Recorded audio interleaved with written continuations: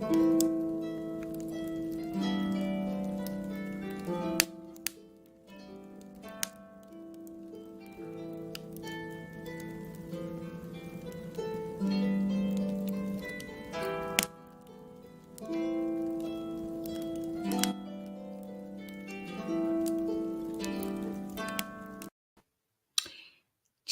Korja, good evening, good morning, good afternoon, wherever you are in the world, or if you're watching a recording of this Fireside Chat. So welcome to another Fireside Chat. Eimear Burke here, where I'm in conversation with a member of the Order of Bards, Ovates and Druids. And this is our 90-second chat. So I'm going to start, as I usually do, with a prayer for peace. Gamara Shiakon Fudna Krinya. Gamara Shiakon in our Jaili agus in our Jirha. Ganairi Lin ar Cuj Garamaka, Gamwich Buikas Jeev, Je Chivdaka, Spirit Quivdaka. May peace prevail on earth. May peace prevail in our homes and in our countries. May our missions be accomplished. We thank you, guardian spirits and guardian deities. As the fever of day calms towards twilight, may all that is strained in us come to ease. We pray for all who suffered violence today.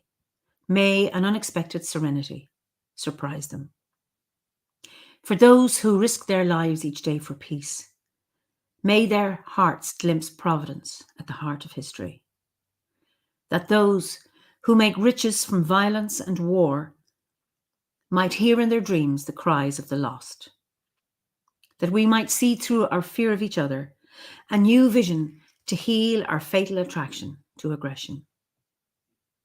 That those who enjoyed the privilege of peace might not forget their tormented brothers and sisters. That the wolf might lie down with the lamb, that our swords be beaten unto plowshares, and no hurt or harm be done anywhere along the holy mountain, with thanks to John O'Donoghue. So, lovely to be back again, and let me see who's here, where you're from. Hi, Anne from Canada, John King from Ocknam. Oh, it's a wet Scotland. South London, Australia, South Cheshire, lovely. Hello from an utterly crazy and rainy London. It's been a beautiful day in Northamptonshire, lovely. Soggy, wet Edinburgh. It's from Belgium. Hi, Northern California. From a Drech day in Northumberland, Ohio. Yeah, the sun was shining today. It was actually warmer than normal. So, from Dublin, but live in Southampton. Great. And Cornwall, Penzance, again in Cornwall, Ohio, Wales, wonderful, West Michigan. Lovely to see you all. So this evening we go to Hamburg in Germany, and I'd like to introduce my guest this evening, Daniel McKenzie. Daniel, you're so welcome. Good evening. Thank you for having me. So we've got somebody from Berlin. You're all right. You're not alone. Probably Bianca. No, it's not. But she may be on later. It's not that. Okay.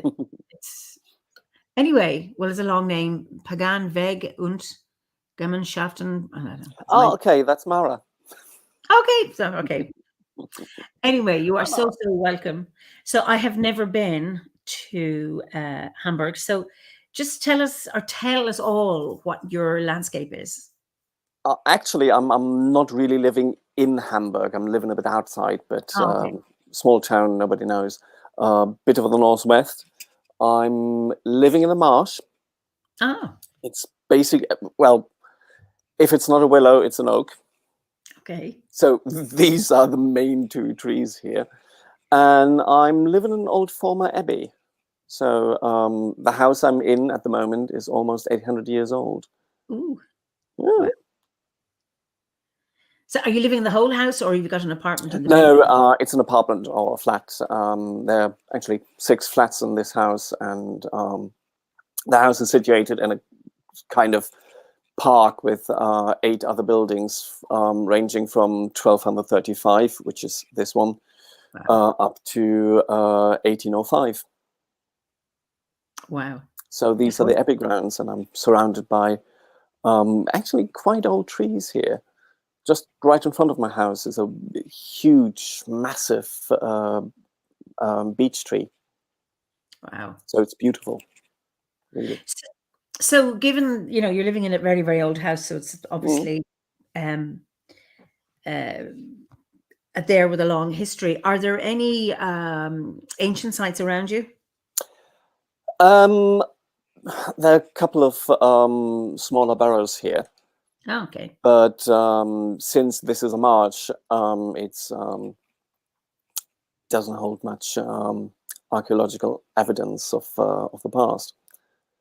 Not like the higher and drier grounds, more to the east.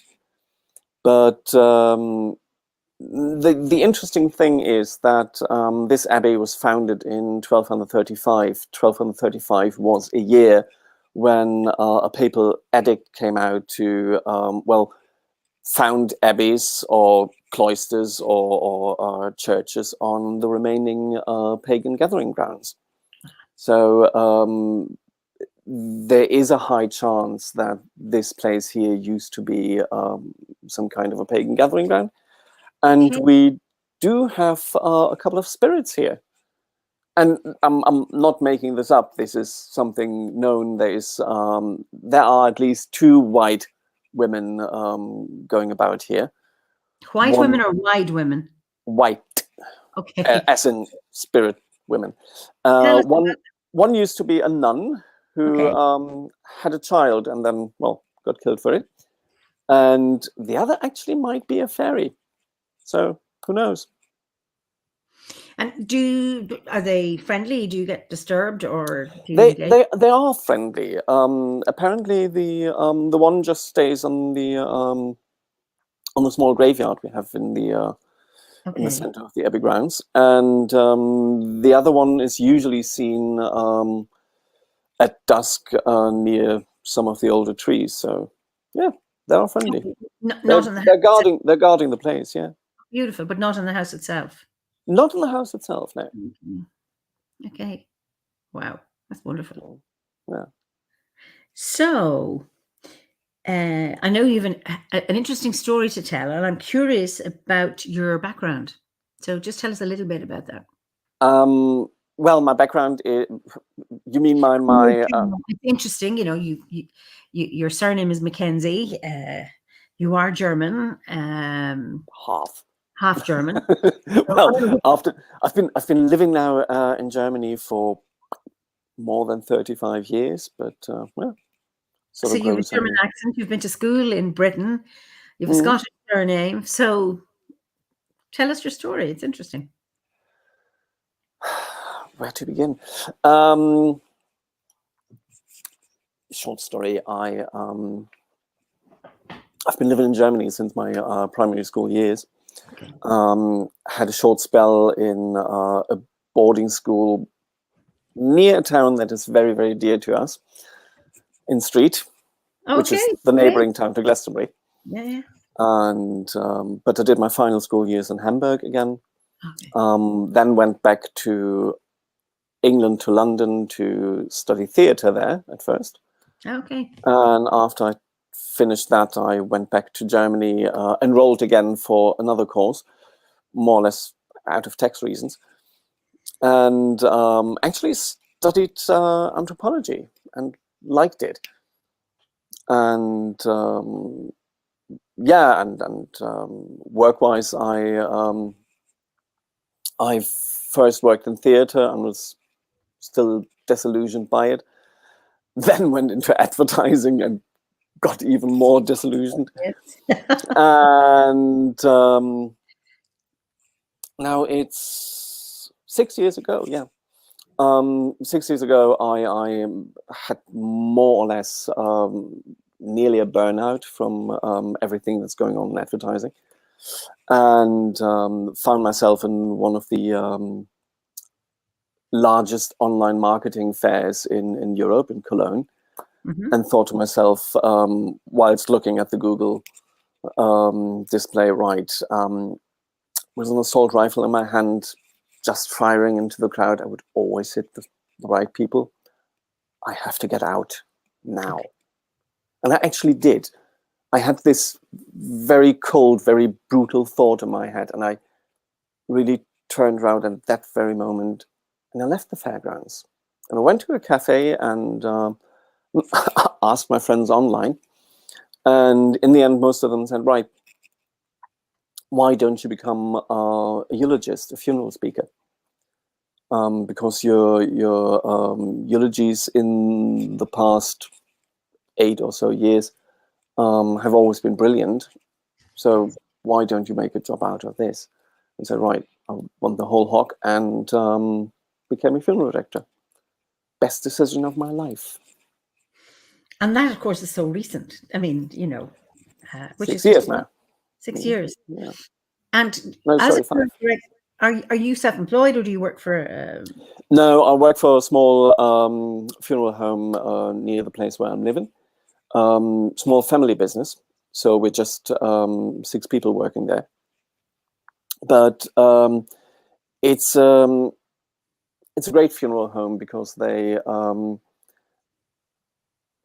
have been around since 1812. So there's a bit of a tradition behind it, but they're not necessarily traditionalists. They're looking for new ideas and new influences within the funeral culture. So it fits me perfectly there. I'm really happy to be there. So when you were doing your funeral celebrancy, or so there's a funeral director, but you're also, which is very pragmatic in the logistics of the funeral, I imagine. The eulogist is about speaking, and then you're also celebrant. So are you? So what kind of celebrancy do you do? I mean, are you a celebrant as a druid, or are you interfaith, or are you secular, or do you do everything, a bit of everything? It actually depends on my audience. Okay. Usually, when I'm sitting in front of a family, I'm telling them I'm a humanist eulogist. Okay. Because this is something people can relate to. I'm telling them a little bit of my background, but I usually omit telling them I'm a druid, or I'm a witch, or a ritual magician. All of them are true, but no, I usually tell them, right, as a humanist, I don't just use one book for comfort, but got a whole library here, Okay. in which I'm sitting. And so I use whatever fits that particular, that particular family, that particular story.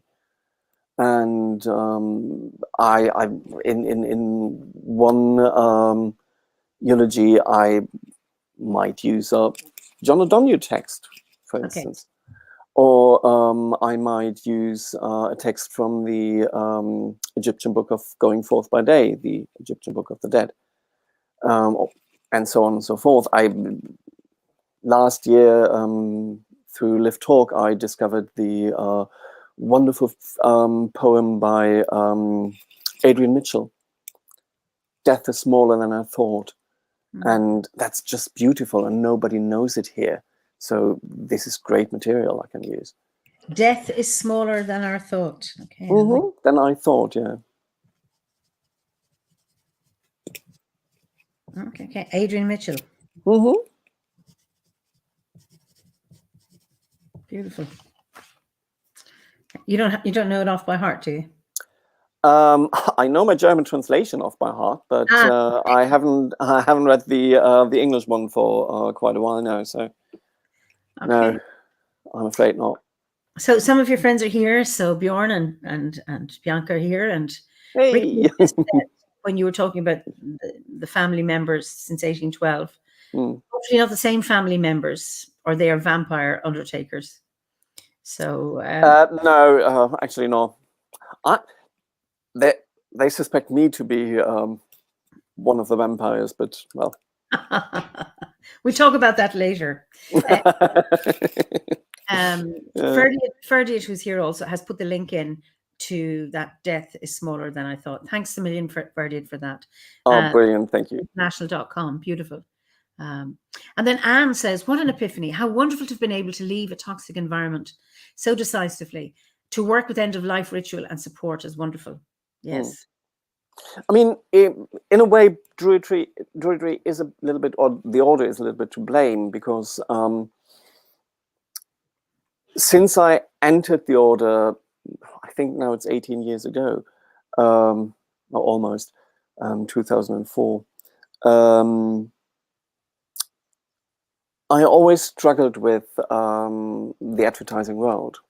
Mhm. I've never been much of a capitalist myself, but it put money in. It was something that was easy for me. Words were always my superpower. Okay.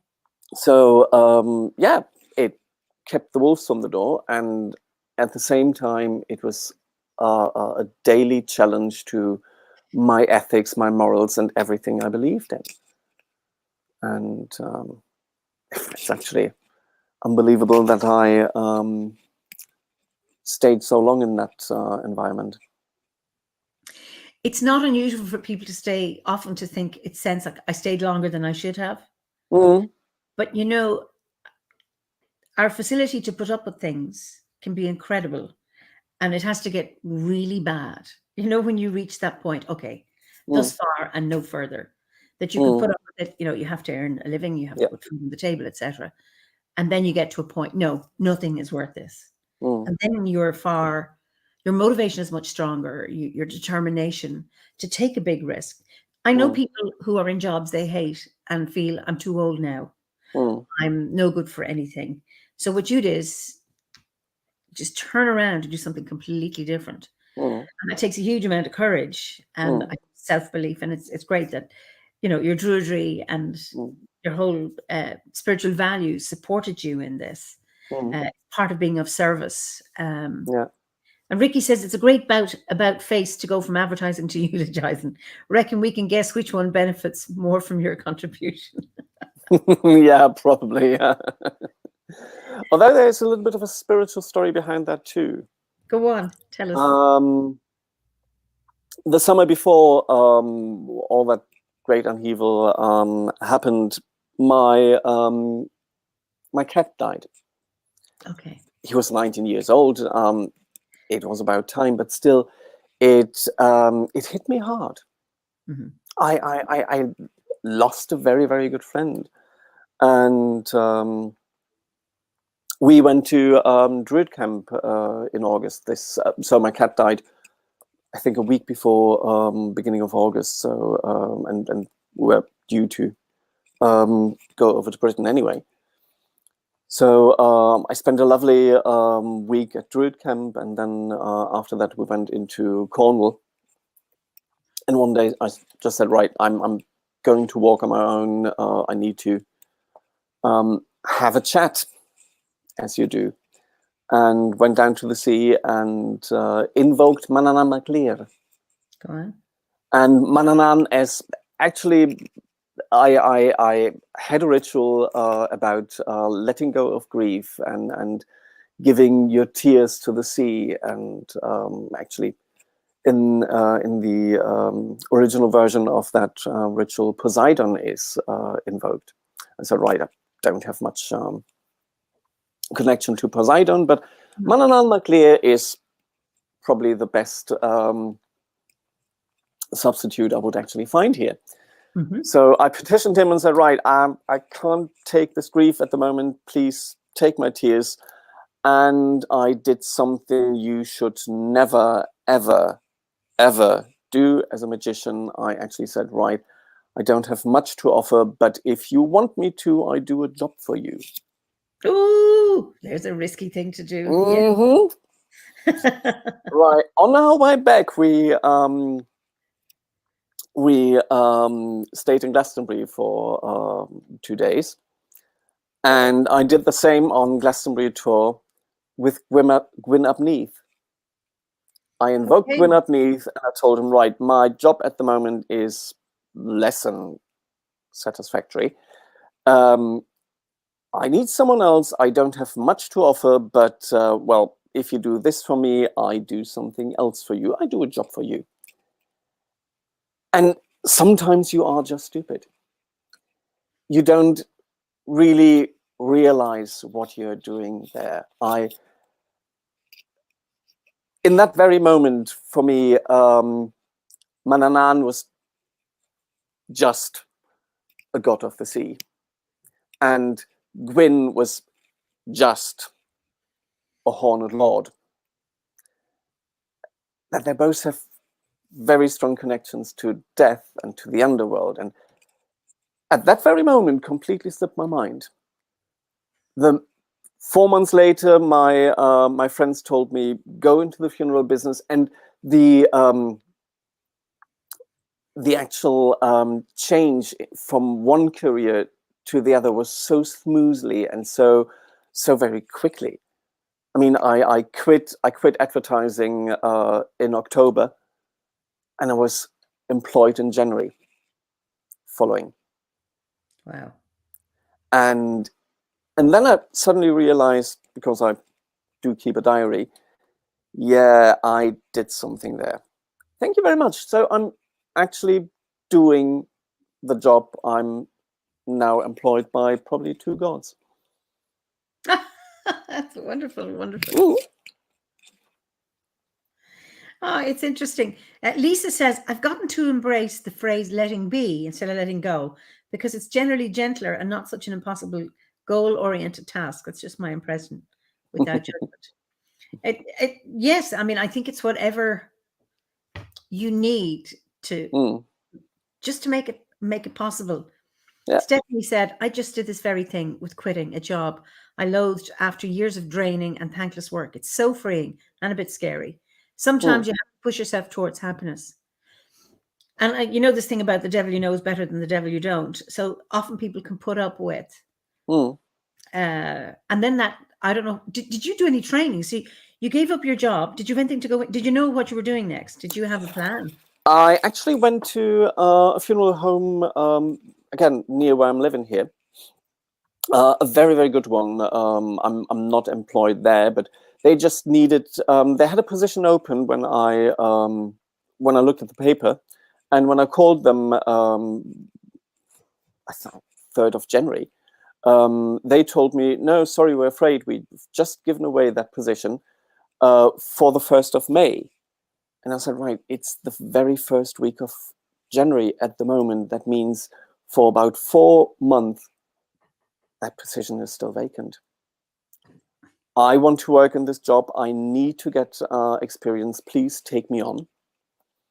And I must have been very convincing. So they did. And within that 4 months there, I learned everything I needed to work and function as, well, first a funeral assistant, and later on with more training and more certificates, funeral director. And after the first 3 weeks, my then boss actually told me, you're coming to this job like a duck to water. That's brilliant. So, yeah. And of course, over the past 5 years, I received several trainings and went into courses and did a training in grief counseling, and and that's still ongoing. So I'm actually the next step would be to actually get a certificate for it all, and yeah. How great! So after that 4 months, did they pay you in that 4 month period, or were you voluntary? After the 4 months period, my contract ended on the 30th of April, and I met my next boss again on the cemetery whilst I was setting up a funeral with all kinds of decorations, and he just popped his head into the chapel and looked around and said, right, this is what I'm doing here. And he was actually quite impressed and asked me what I was doing. I told him right away, right, this is probably my last 2 weeks with this employer. I'm looking for employment. And he just gave me a card and said, call me. And I did. And I ended up for 2 years there. And after that, I went to my funeral home I'm now in, and yeah. Wow. So many very happy coincidences happened around this whole thing, and yeah, it just feels right. I'm I'm loving this job. How wonderful. I mean, Gwyn and Malanon are really on your side, aren't they? There are. That is just brilliant. Absolutely brilliant. I actually still, especially Gwyn, from time to time, I still invoke him, especially when laying out a corpse and with things like that. So yeah. It's brilliant. Tabitha says, my primary goddesses are both death and goddess. The ideas and practices around it have driven me to lobby for compost burials as an option for where I live. Very interesting. Mm-hmm. Do you have anything like that in Germany? We do. They just recently opened up a compost facility here. Okay. Although they only at the moment have 6 pots, which means the body has to remain in a pot for up to 8 weeks. So, and with just 6 pots, it takes a bit. It's time. So. But it's slowly starting, yeah. Wow. Okay. So do you do cremations or burials or everything? I do everything. Okay. So we don't do sky burials, sadly. So no, I remember a chat I had once with Dave, who said that he actually wanted to be hanging in a tree and just rot there. This is Dave the Bard. That's Dave the Bard, yes. Okay, okay. By the way, Sláinte. Sláinte. I'm on the tea, but anyway, enjoy. So, you mentioned a number of things. You're a ritual magician, and I'm interested in. So Druidry came after your magic. So just tell us about your magical background and what it is that draws you to ritual magic, and even just tell our viewers what your understanding of ritual magic is. I started out as a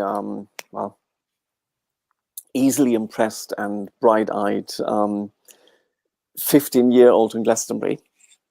Oh, at 15! Wow. Okay. At 15, and meeting all with the hippies there and hanging out at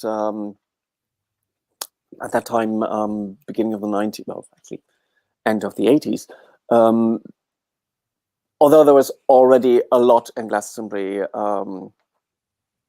many of the places we know now didn't exist then. But there was Gothic Image, which was a great esoteric bookshop, and I hang out there a lot, and bought a couple of books and read most of them just there, as you do at that age, and and got in contact with all kinds of people, and I was lucky enough to when I went to London for my first university, to encounter a Gardnerian witch coven. Okay. And I stayed with them for a while, and then fell out with the high priestess, over being more attracted to the high priest than to the priestess. Oh dear! Oh dear! It was the beginning of the 90s. Clause 28 was still in effect. And all this. So no, at that time there was no place for a gay man in a Gardnerian coven. Wow. But I wasn't the only one dissatisfied there. So a couple of them just went off and had other contacts again in Glastonbury. So I joined a coven in Glastonbury for 2, or actually more than just the 2 years. I went back and forth. Okay. Later, when I went to Germany, and I still have good contacts with one of the witches from that time. And after that, I got more and more interested in ritual magic and deepening that experience, and doing more, and encountered the Servants of the Light School of Occult Science by Dolores Ashcroft, and joined that, and stayed with that for quite a while, and actually ran a group here in Hamburg for many years. And in the beginning of 2004, the SOL severed ties with me, and I with them. And at that very time, it felt like a divorce. Mm-hmm. The SOL had been my spiritual home for 7 years, and all of a sudden I was cut loose. And Was that something you expected, or it just happened like no, that? You don't have to give the gory details. It's too long ago to be angry about it anymore.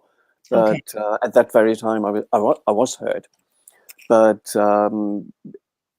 the SOL in itself has a history of falling out with students and people who run their own temple or run their own group, and sometimes see things differently from the head of the academy. Let's put it like that. And at that time, I went to Glastonbury, as I always did when something did hurt and didn't. And that's interesting. You go to Glastonbury when you're hurt, so you find some balm, some healing there. Yes, I do. That's really interesting. Yeah, I mean, I don't only go to Glastonbury when I'm hurt. But I'm. Yeah. We can come back to that later. What exactly it is? Just continue your story. Yeah. And no, and in Glastonbury and at Speaking Tree, I found Philip's book Druidcraft, and remembered that I had once 2 magicians visiting from Berlin for our Beltane celebrations, and after that weekend, they actually told me, right, what you're practicing here is Druidcraft. And at that time, I didn't inquire deeper and just filed the word Druidcraft in the back of my head. And when I saw the book, I said, right, this looks familiar.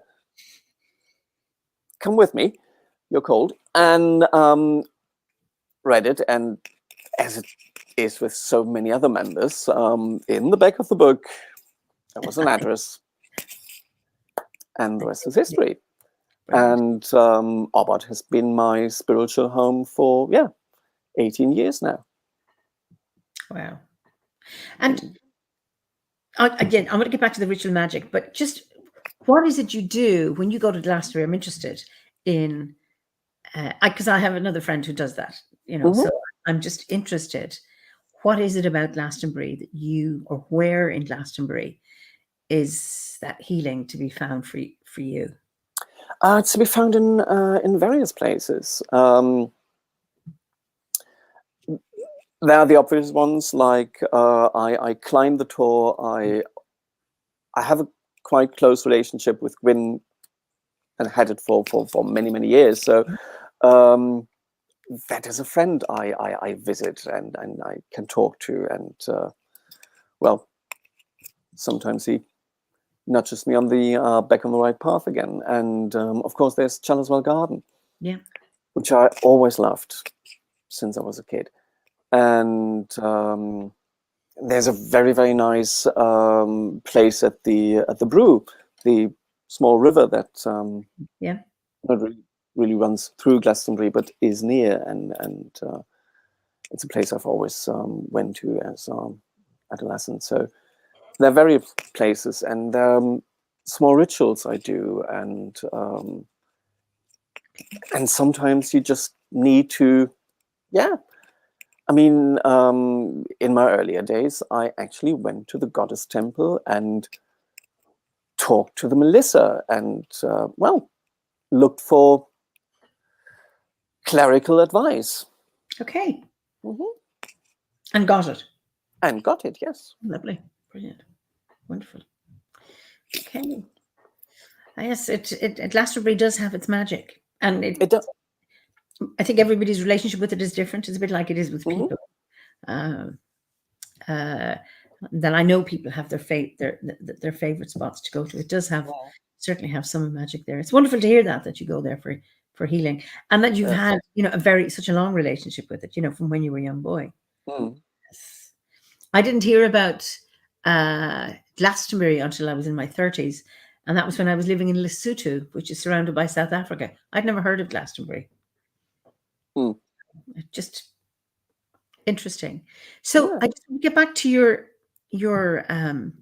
magic, your ritual magic, and how you incorporate that in, because you say, you know, Druidry is like you haven't used the word, but it's almost like one of the pillars of your spiritual, one of the trees of your forest, then, as opposed to temple. But how do you bring the two? How do you weave the two together? And I suppose, what is ritual magic? Just to talk about that first, and then go into how you weave the two together. Well, ritual magic is actually a very, very broad. I shouldn't say broad church. Broad forest. Although for people knowing the TV series Broadchurch, it's actually quite loads of strange people there who hate each other. No, but in ritual magic, you find what is called the Western mystery tradition. So you have Rosicrucian influences in there. You have pagan influences, influences from the Hermetic scientists, alchemy. All this goes under the very broad umbrella of ritual magic.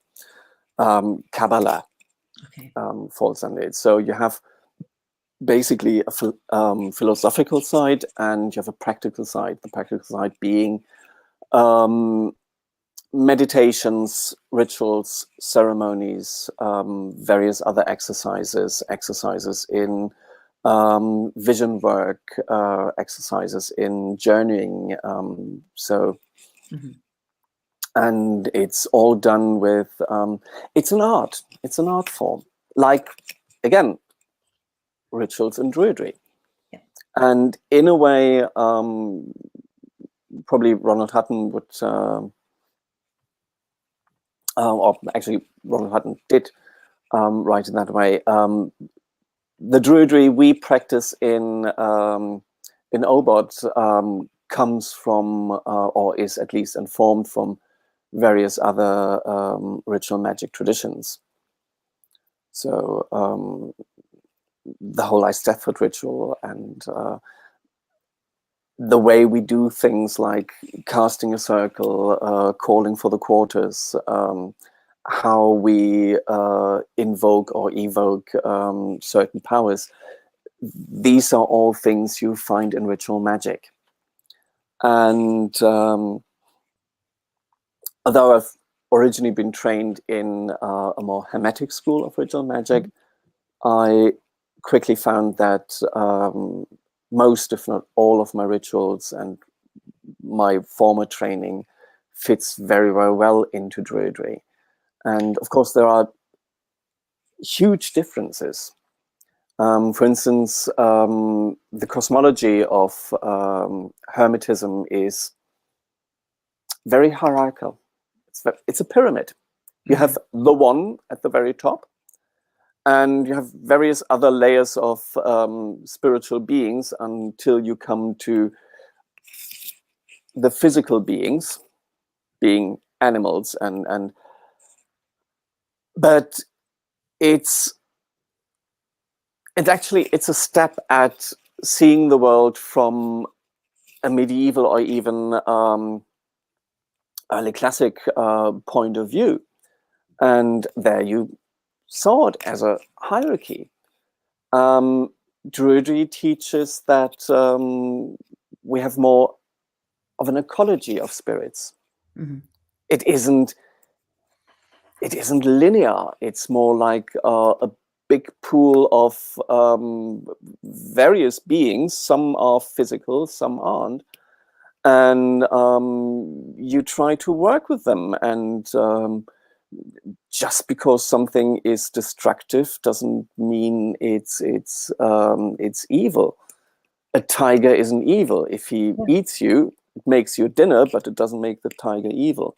Yeah. And that is something that informs my approach to the various arts in ritual magic and goetic magic and all this.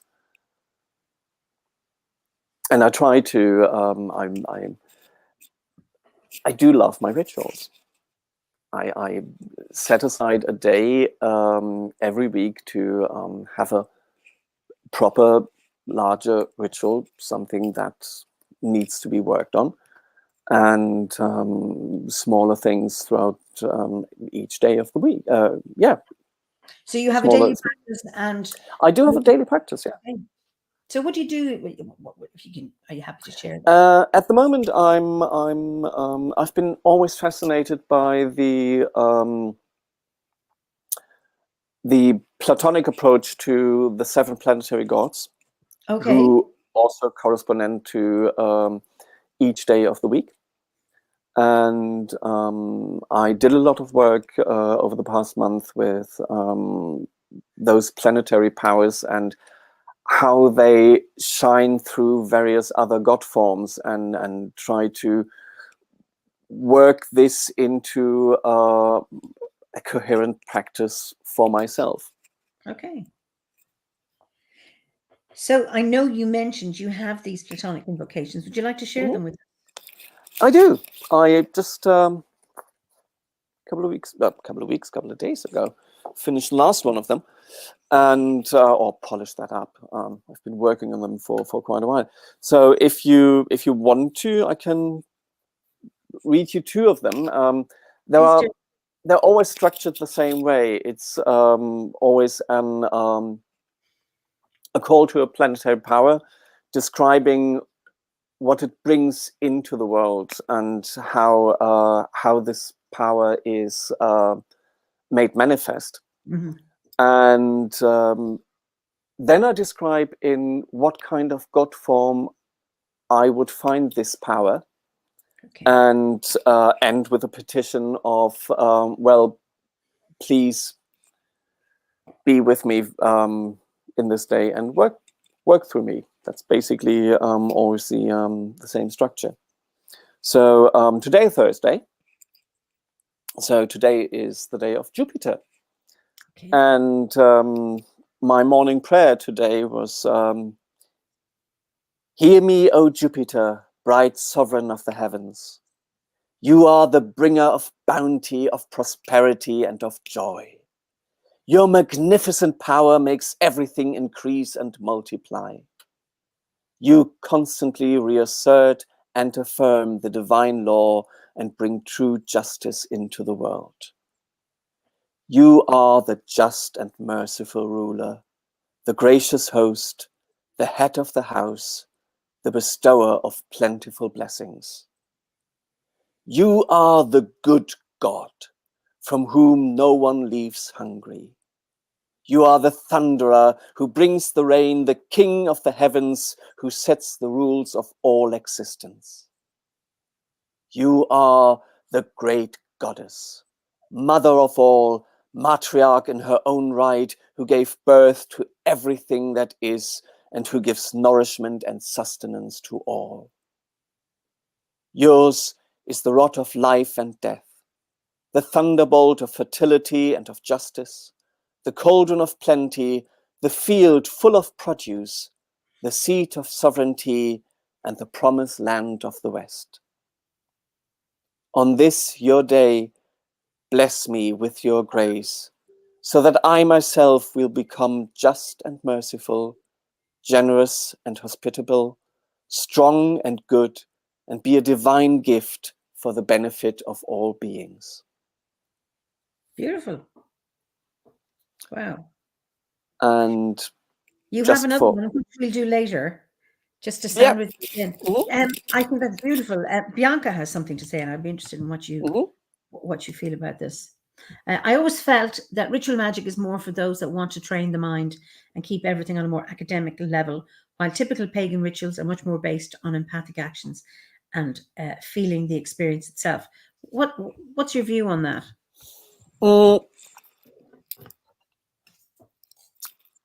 I can see where she got that impression. Okay. It would be wrong to say Bianca's never been in a ritual with me, because we've just been in a ritual together 2 weeks ago in Berlin at the Occulture. But no, ritual magic can be, she's absolutely right, it can be a very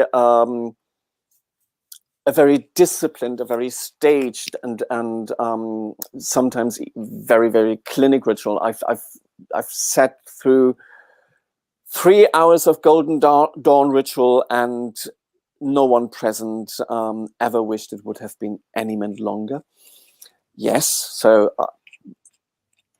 I do sympathize with that notion, but on the other hand, no, ritual, even Kabbalistic magic, can be wild, can be unbound. It depends on what kind of power you bring into it.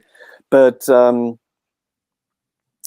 she's right in so far that pagan ritual or Druidic ritual tends to be much more spontaneous. But then on the other hand, once you're properly trained in a ritual magic school, you just run with it. It's and make up. It's like learning how to dance. It's actually like ballet classes. So you do your lesser banishing pentagram ritual every day for years, and then suddenly it just clicks and you make a dance out of it, and it becomes something new, and it becomes your own. And there's a complete new set of power that's flowing through it, and yeah. So no, it's just I would actually say it's to use another allegory, it's like music. It's another musical style. But once you learned your instrument, once you learned how to use your voice, you can sing classically, you can sing a rock song, or you can sing a folk song. Doesn't matter. It's a nice analogy, actually. Very nice one. So when has Druidry supported you in your life? Or has there been a time when you say, I know you mentioned Obod is to blame for lots of things, but yeah, I mean, how can I answer this question when I would actually say that Druidry has or is constantly, yeah, it is a constant in my life. It always supported me.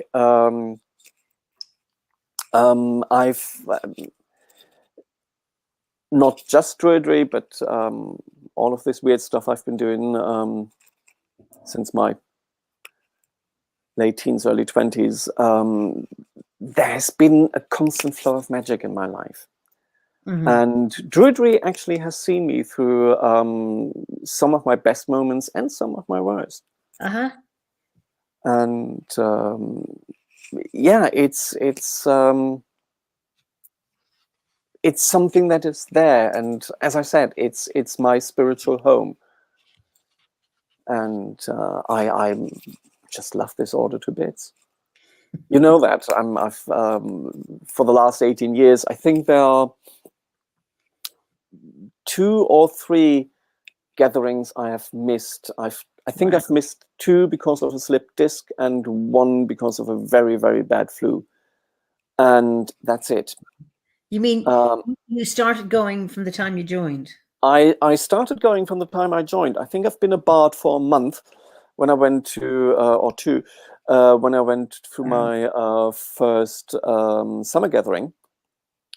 And Wendy and offered Wendy, who was running it at that time or organizing it anyway. Yeah, exactly. Yeah, and I offered her my help, and she said, "Right, people are coming in with banners. Can you hang them?" And you're still doing it?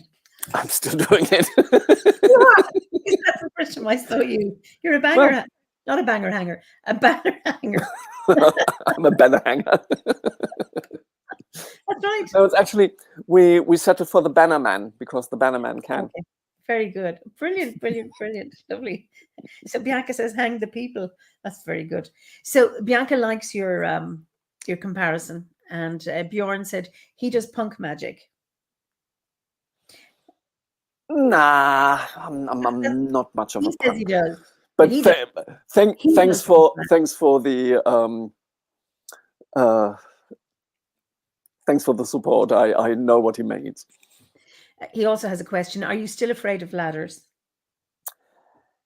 I don't know the rest. In a way, again, something that I can thank Druidry for. No, not that much anymore. I'm still afraid of heights, but Okay. I feel comfortable on a ladder now. Very good. There's a comment from Ferdiad. Ritual can be for many different things. So perforce needs many different forms. Absolutely. Yeah. And Matt, hi Matt Fowler.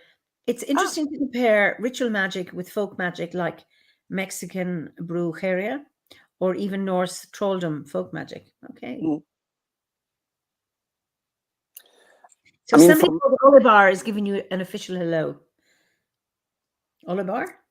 Sorry, I didn't hear Somebody called Olibar is saying hello to you. Oh, Ollie, yes. Ollie. So hello, Ollie. See you tomorrow. Yes, he said tomorrow. So anyway, so that's what you started, and you've only missed a few. Wow, I didn't start going until I was in my 7th year. I just found it just too shy, just really shy, and even my first few times going, I found it difficult. I mean, this is something that people who know me from the gatherings and other places, I'm basically an introvert. Nobody ever believes me, but yeah. But it's the kind of I recharge best when I'm on my own, preferably with a cup of tea and a book in my lap, so or a cat or both, and or going out into the woods or just walking the dike here where I live and feeling the wind over the marshes, and this is where I recharge and how I recharge. And I can be loud and can be bossy, and I don't believe that. But really, I'm quite shy and I'm an introvert. It's interesting. So Ferdy says, Daniel got used to the ladders and Eimear got used to the Obot gatherings. That's true, I did, because I love them now. See? But it's really interesting is when you have a job. So Wendy gave you that job, and I know I'm in a strange place. Just give me something to do.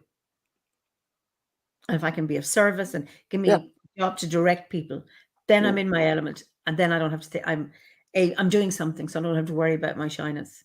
So you started off with a role that you're still doing. It's brilliant. Yeah. It's wonderful. No, and I really, really love doing it. So I'm so grateful for being now part of the gathering crew. Yeah. And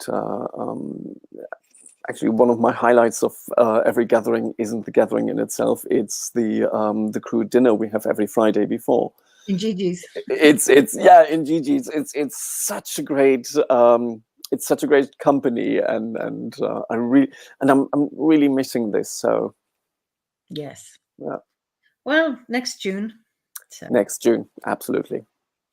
So we will be in real, as my daughter used to call it, at the summer gathering, which I'm really, really pleased about.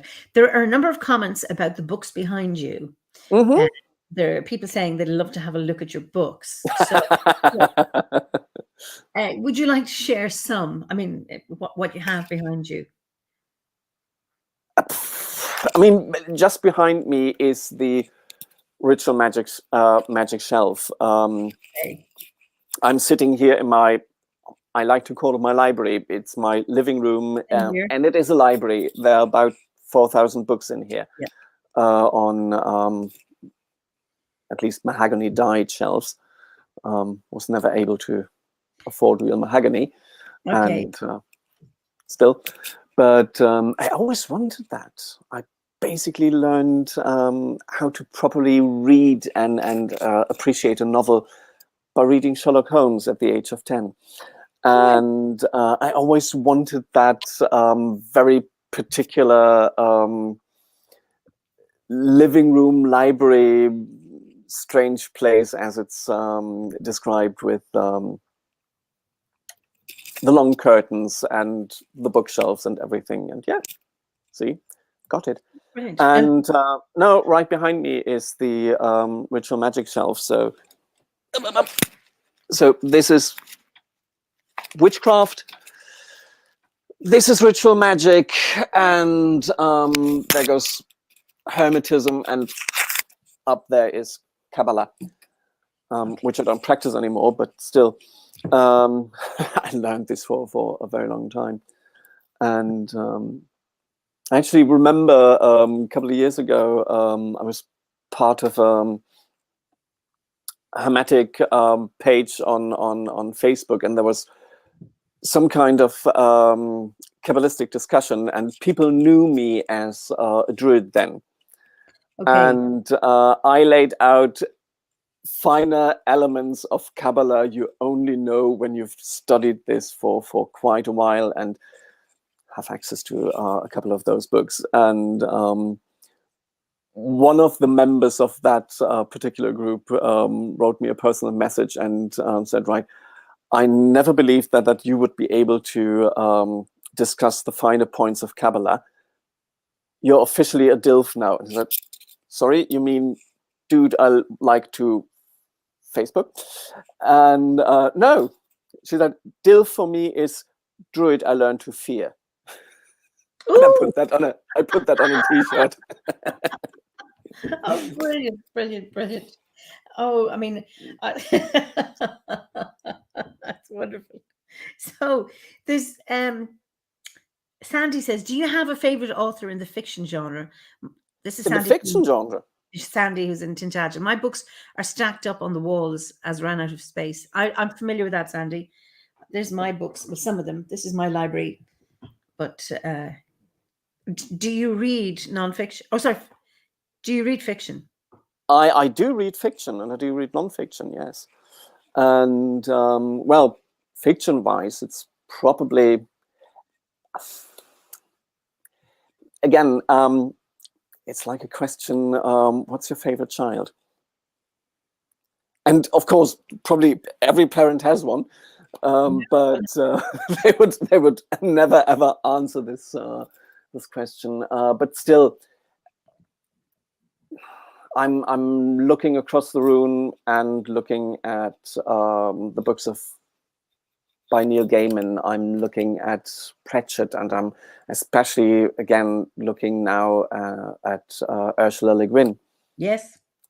So this would be that direction. And oh, I recently, well, not recently, last year I discovered the fictional works by T. Thorne Coyle, The Witches of Portland. Those are brilliant. I'm not familiar with them. T. Thorne Coyle wrote, oh, let me get it.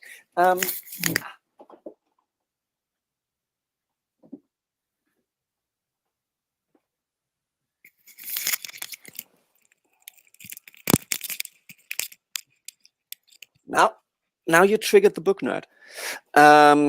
Sandy, look what you did. Yeah.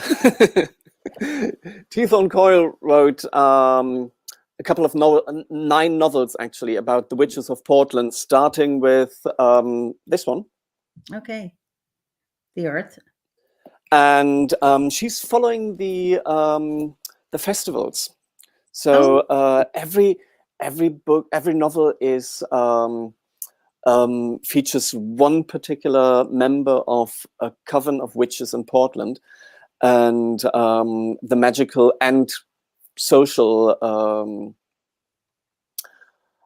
yeah, problems they have to solve, and it's beautiful because it's written from an actual spiritual practice, and everything she describes in here, if you've been in that strange world long enough, there are things in here every one of us has encountered sooner or later. So Wow. they're absolutely brilliant. I can only recommend them. Teethorn Coil, Witches of Portland. Oh, I must have a look up. That sounds really fascinating. I mean, you're getting great response here, and thanks, Ferdy, is giving links as well. Fantasticfiction.com. Ferdy at having my back as always. Thank you very much. This is from Bianca. Oh, Eimear, what have you started? It's not my fault. It was Sandy. Daniel starts talking about books. It's hard to stop him. It's always interesting, but it can take some time. Yeah, and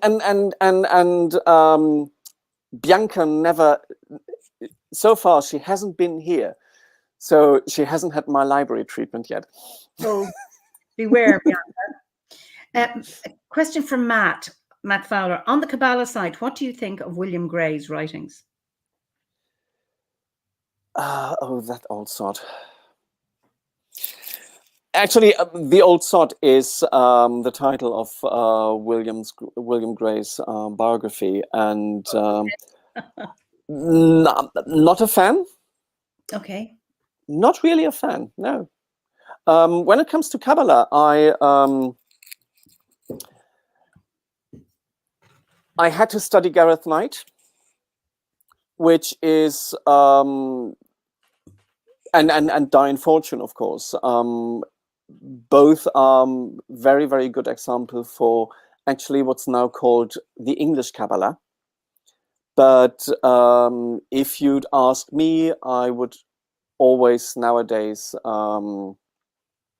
recommend Naomi Ochaniek. She wrote a very, very good book on the Kabbalah, which is modern, which is approachable, and cuts out all the bullshit. So no, not a fan of Gray. Oh, thank you for that. So, what we're going. Then somebody says, okay. Ferdiet says, Bianca, I recommend at least a week to appreciate McKenzie's library. At least. And then Ollie thinks, do you really think that's time enough? And then Ammon Grimwolf, German too, and I don't know who it is, but I know I've met them. I just don't recognize the name. Imagine, I'll visit your library. Suddenly you close the doors and speak. You entered my sacred realm, mortal. No, you have to stay and listen to my book talks till I get tired of you. Yes, that'll be really interesting. So, but I want to get on to the next thing, which is, okay, what's been your greatest achievement, or what is the thing that you're most proud of?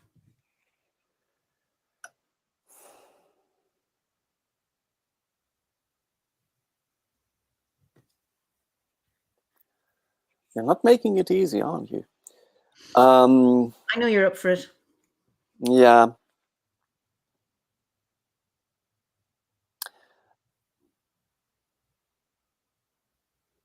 There are many things I'm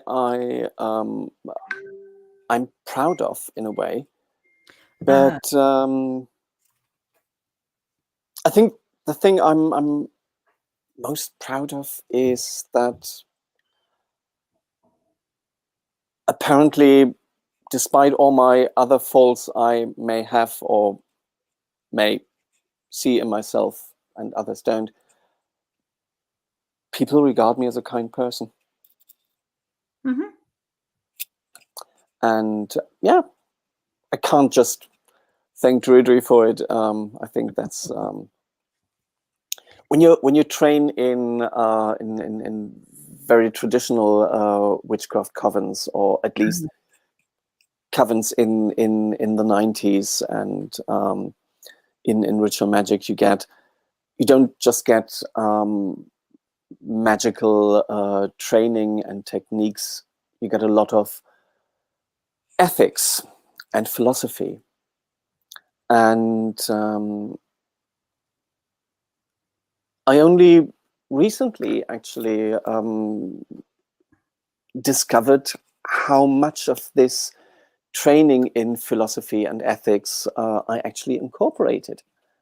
And I took my old diaries out and read them again. And all of a sudden I thought, well, those are the seeds that now came into fruition. Mm-hmm. So, yeah. It's beautiful. Absolutely beautiful. Anne says, that is the loveliest answer for something to be proud of. Kindness is so important and so often not appreciated enough. Mm. Indeed, I think it's very, very important. And then Stephanie says, do you think working in the funeral business helps with that kindness aspect to your personality? I think the kindness aspect helps in the funeral business, not the other way around. Although I have to admit that encountering a lot of people who are usually at one of their worst days in their life every day makes you kinder, because it's the only way to deal with it. They are suffering.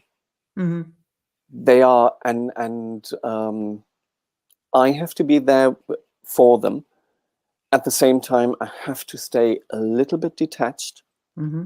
I have to provide, in a way, A I have to containment be, for them. I have to provide containment and calmness, and so my daily work is a daily exercise in kindness and calmness, and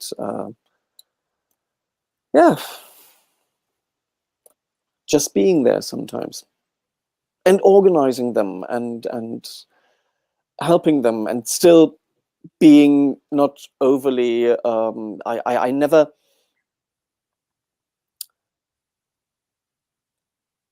I never grieve with them. There's enough grief in the room when they're sitting down with them. I'm the one who's there, who's still there. Right, there is some kind of normality around here, or at least I will try to provide this. You have room to grieve now.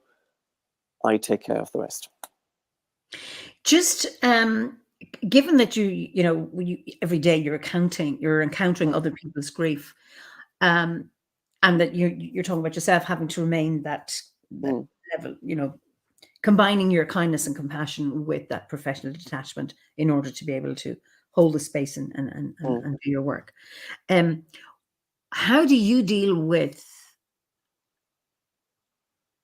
your own feelings around grief and death that can sometimes, I imagine, get triggered if it's a particular, if it's an elderly person who had a great life and died in their sleep, you think, okay, it's sad they're gone, but they had a good life. And then there's somebody who's a young person who's been killed in an accident or has died by suicide or what, and then you're talking about more complex grief. And I imagine that has an impact on you. So how do you take care of yourself in all of this? First of all, you have to know your limits.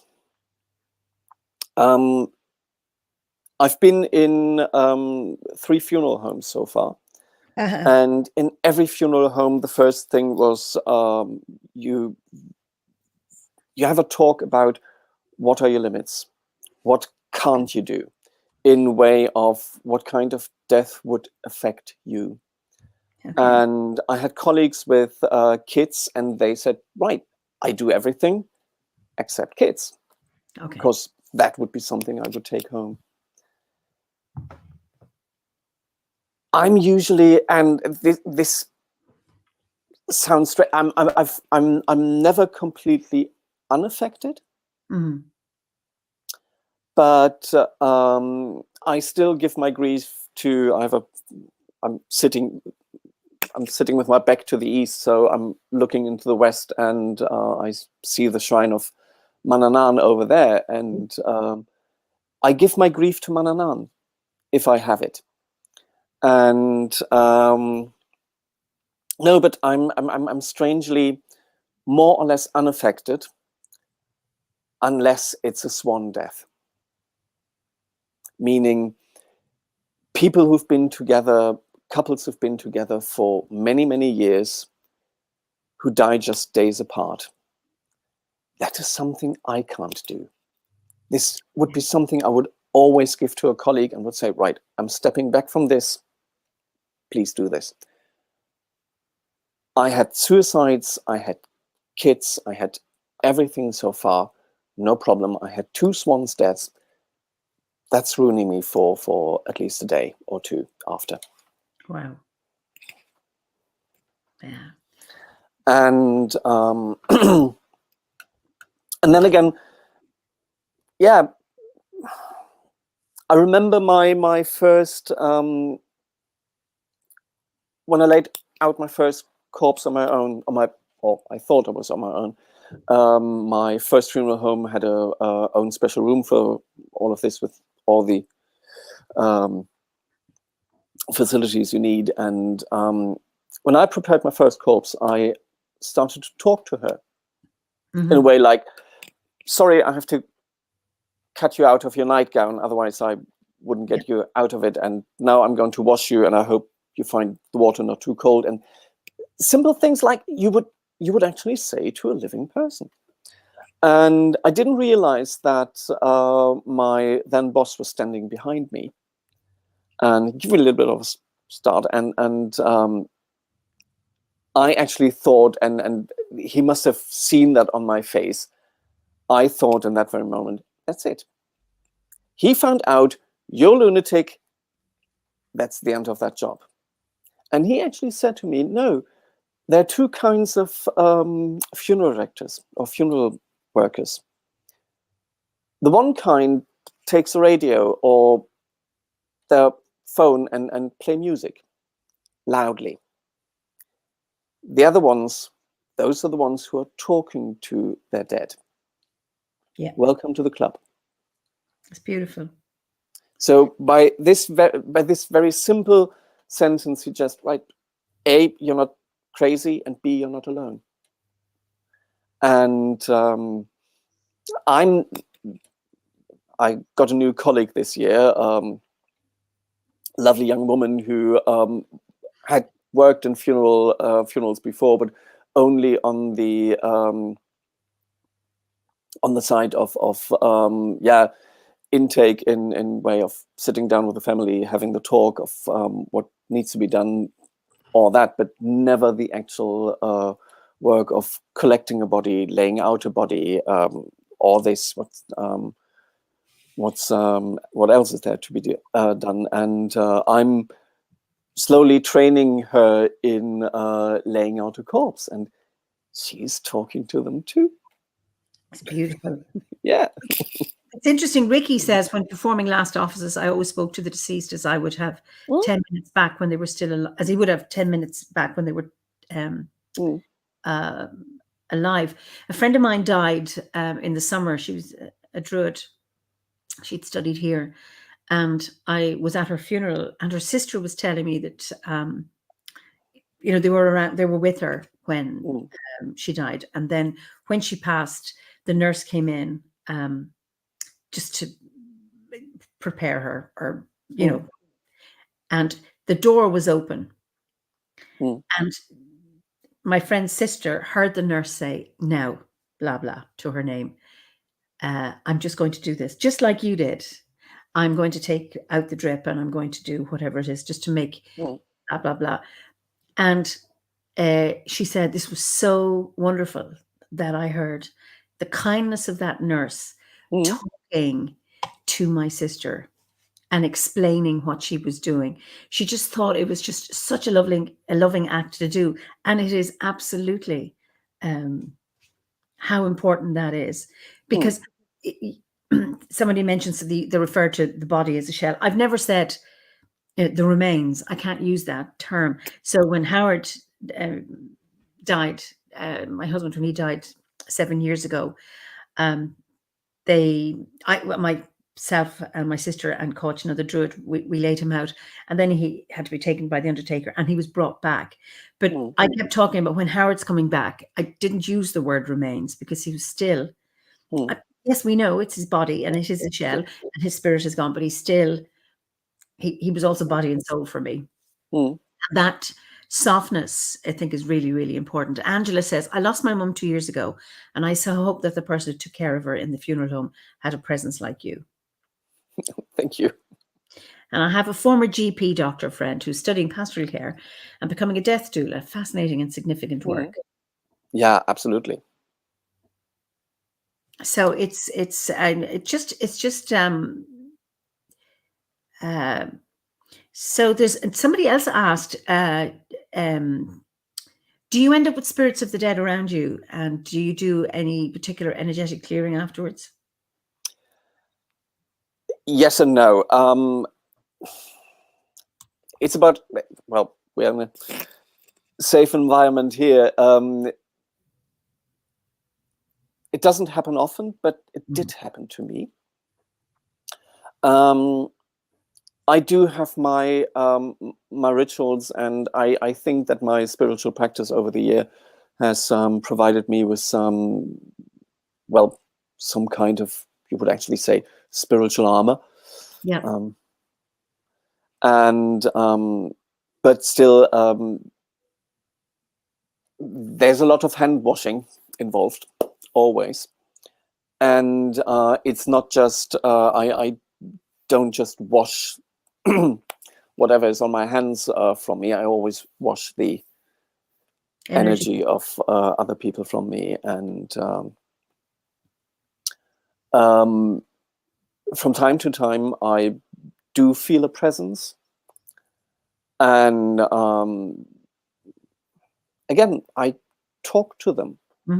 And you talk to them normally. You ask them, right, are you sticking around because you don't know where to go next, or are you still are you sticking around because you are, well, curious? Yeah. What's going to be on your funeral? I mean, who wouldn't? And I usually give them the opportunity to go. I open a way for them and say, right, this is the way into the West. And I sometimes sing to them. And I'm just 2 weeks ago in Berlin. I've been to the Occulture Conference and had a small presentation about the Lieke Wakedirge.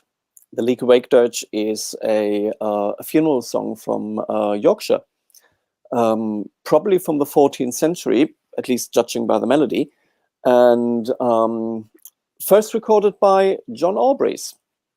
Okay. One of the founding fathers of Druidry. And it depicts the journey of the soul through the underworld. And although every verse ends on and Christ may take your soul, or and Christ receive your soul, you can easily, because the whole symbolism is obviously pagan, you can easily re-paganize it. In my version, I usually say, and Gwyn, receive your soul. Lovely. And this is something I sing to my dead. Or I sing other songs. And I once had a wonderful encounter in a nursing home, a very nice nursing home. A woman moved in with all her books. And we came first through the living room, and I saw her bookshelves, and just by a small glance, right, all right, we would have gotten along well. Yes. And there were loads of books on history and archaeology, and especially on Egyptology and mythology, Egyptian myth and Greek myth and everything. So yeah, nearly very much in my world. And when we came into the bedroom, I saw a huge replica of the papyra of Ani, with the scales of the soul, the 42 assessors with Jehuti and Anubis and Osiris and Ma'at. So everything on it. And that hang on above her bed in her clear line of view. So this was practically the last thing she saw. And I thought to myself, right, I know exactly what to do for you. Told my colleague, right, she's mine. I'm doing everything. We brought her back to the funeral home. And when I prepared her, I took out the papyri of Ani and read to her the journey of the sun. It's beautiful, beautiful, beautiful. That is just... And she really, I had the feeling she liked that. And after that, her presence was gone. And yeah. It's beautiful. Absolutely beautiful. Ricky says, I once had the honor of assisting from the mortuary to preparing a gent for his funeral with his partner, an ex-Dominican monk. He had specifically requested that I help out as I had looked after him during his palliative care. We both held conversation with the gent as we were washing and dressing him. And it was like that when Howard and we were laying him out and making sure that he had gone and doing, you know, just lovely to do that. You know, it's... Bianca says, Daniel provided a beautiful workshop for Druid funeral celebrants before the pandemic. It helped us a lot, although we usually only do hand fastings and baby names, and funerals luckily are very rarely. Can totally recommend his workshop. End of advertising, she says.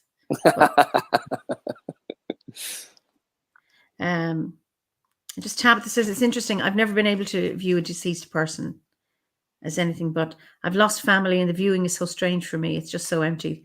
There's no presence in them, avoid. And for me, it's interesting. Well, I grew up as an Irish person. I don't know when. I don't remember the first dead body, dead person I saw, because I was brought to funerals and they were waked. And for me, it's...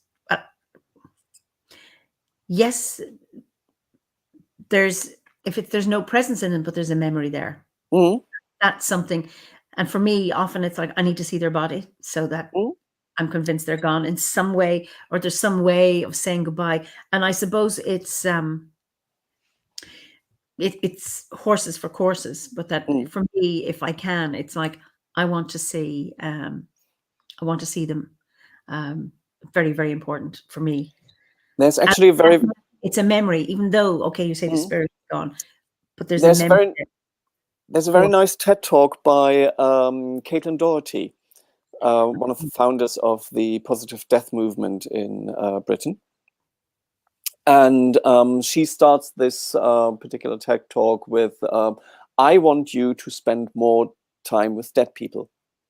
Well, not just any dead people, the ones of your family, but because these are the things that will happen with you when you actually, engage with a dead body. And there are studies that cultures who don't shun dead, who actually, in which it sounds paradoxically, but even here in Europe, we were happier when we had death around us nearly every day. I mean, in Victorian times, you could have seen in various parts of London dead people lying in the street. That happened. So by the age of 6, you would have seen at least one corpse, and not necessarily one of your family. And yes, it does something with you, and paradoxically, it makes you happier if you, from time to time, engage with the dead. And it makes you, sorry again, and I also believe it makes you, can I say, not really believe in magic, but when you see a dead body, you immediately know that there's something missing. And all this talk of spirit and of life force, those are the two elements that are missing. And it is so very, very clear. You know it immediately. So I would always say, if you want to really start with magic and engage with it, go to a morgue and look at a corpse. And then you know what kind of energy you're going for, what you want to shape. And I mean, it's also part of that life, death, rebirth, that it's part of the whole cycle to be able to see that. And I suppose our modern world has sanitized everything, that it's to keep us away from it, that we have that, you know, we have to live longer. Death is a failure. You see it in medicine. Sandy earlier said when she worked in accident and emergency, she used to cry, but then she finds it easier helping people who are transitioning. When I used to be a nurse, and had I stayed nursing, I'd have gone into palliative care. I don't have the temperament to save your life, but I'll help you die. I mean, I'll hold your hand. I'm not afraid of accompanying somebody as they pass over. But and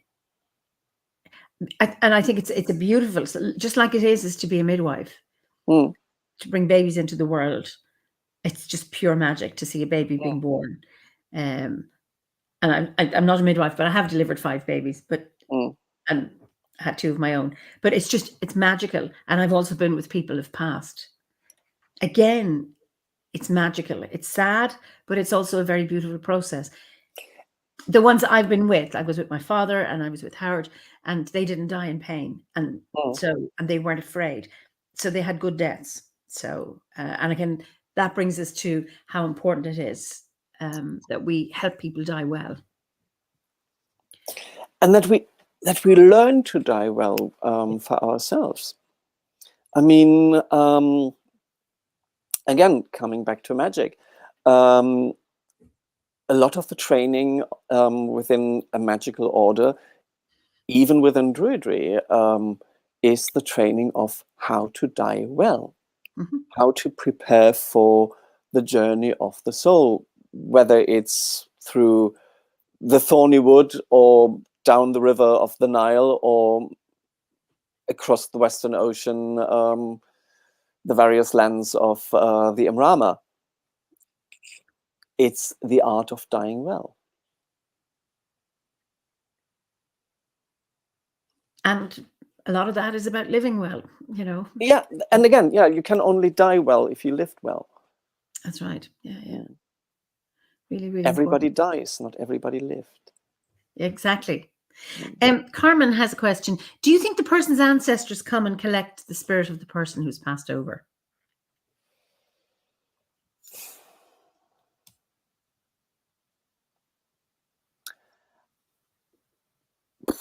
Since I'm seldom there when it actually happens, I wouldn't say. From what I've learned and encountered myself is that there are helpful spirits, and I'm very much on the same page with the belief that the angel of death will always show the face of the person you love most. That's an interesting one. I know from hearing, these are anecdotes from friends, you know, who say they were with their dying loved one, who then said, "Oh, John's at the end of the bed. He's just come into the room," or "Mary has come." And this is somebody who's passed. And I heard several of those stories too. Yeah. You know, and I'm going to be joining them soon. Or I'm going because John came last night. So I know I'm going to be leaving soon. Those kind of things that there's been I know this is just for me anecdotally. I'm sure it's been those who have done research on dying experiences, etc., or even those who've had near-death experiences have met their ancestors who say, "This isn't your time." It may be an angel, or it can be a relative who says, "Not yet, your time. You have to go. You have to return." So I think that's a lovely idea, and I suppose I've heard it too many times to ignore it. Not to believe it, and I suppose everybody's experience of death and dying would be different anyway, and where you go, or depending on what. I don't know. I remember doing in a course, we all had to journey to our own death, and we all came back and fed back what we had experienced, and it was all different. But each experience was right for the person who had it. Yeah, I do a lot of death journeying and death workings, and actually once did one for one of the order gatherings. I think it was for the Ovate Grove. Okay. Still, people still remind me of my opening of that particular grove. How did you do it? Every one of you is going to die. Okay, yes. Not necessarily now. Okay. Well, I suppose we're dying from the moment we're born. Yes. Yeah. So it's one of those quotes by Pratchett in one of his novels, when one of the one of the wizards of the Unseen University has a brush with death, and then the younger students say, right, we need to interview him, and we need to assess what he has seen, and he had a near-death experience, and the chancellor of the university just answers, everyone has a near-death experience. It's called living. Oh, it's brilliant. Terry Pratchett. Yeah.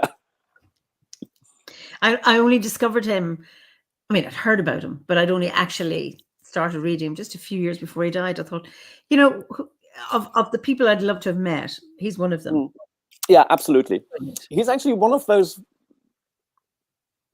authors I always wanted to meet, never got around it. But well, I'm doing quite well so far. I just 2 weeks ago I met Dr. Stephen Skinner, and it made me very, very happy. Stephen Skinner? Stephen Skinner is a specialist in Grimoire magic and the PGM. And yeah, so my little magic fanboy came out, and oh, really? Chat with him. Yeah. So just Philippa says, my mother was a nurse. She told us she saw the soul leave the body, and she'd speak to those who'd passed for at least 20 minutes to help them pass.